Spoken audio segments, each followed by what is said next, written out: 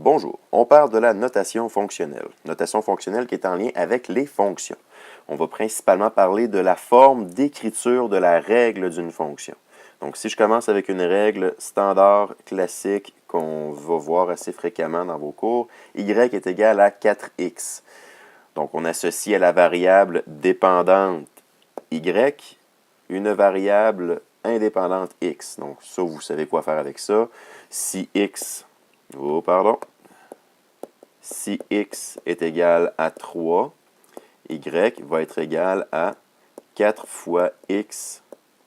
Donc, y va être égal à 4 fois 3. Va donc être égal à 12. Cette notation-là a des limites par contre. Une de ces limites-là, c'est que quand on va avoir deux fonctions qui vont exister sur une même page, comme par exemple ici, y est égal à 4x et y est égal à moins 2x plus 5. Si je dis que x égale, par exemple, 7, mais si x égale 7, j'utilise le x dans quelle fonction? Il n'y a aucune notation qui me l'indique. Je devrais faire les deux.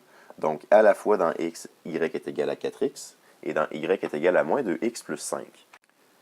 Je peux éviter cette confusion-là en nommant mes règles. Je pourrais dire, par exemple, que ma première règle qui est ici, je l'appelle la fonction f. C'est très, très original parce que fonction commence par f. Donc ici, je vais avoir ma fonction f. Et de l'autre côté, juste ici, je pourrais avoir une autre lettre qui va suivre f parce qu'on n'est pas très originaux non plus. On pourrait dire que cette fonction-là se nommerait la fonction g. Ça ressemble à un 8, je le sais. Regardez ça, ici, on va faire un G. Voilà. Compte tenu qu'on ne peut pas écrire les maths de n'importe quelle manière, il y a des normes qui existent pour renommer une fonction de la sorte. Donc, si je prends ma fonction f, la manière que je devrais l'écrire, je devrais écrire f entre parenthèses x, parce que dans la fonction f, la variable indépendante est le x, et dire que ça, c'est égal à 4x. Pour la fonction g, on va faire la même chose, c'est-à-dire qu'on va prendre notre petit crayon ici, puis on va écrire g, entre parenthèses x, est égal à moins 2x plus 5.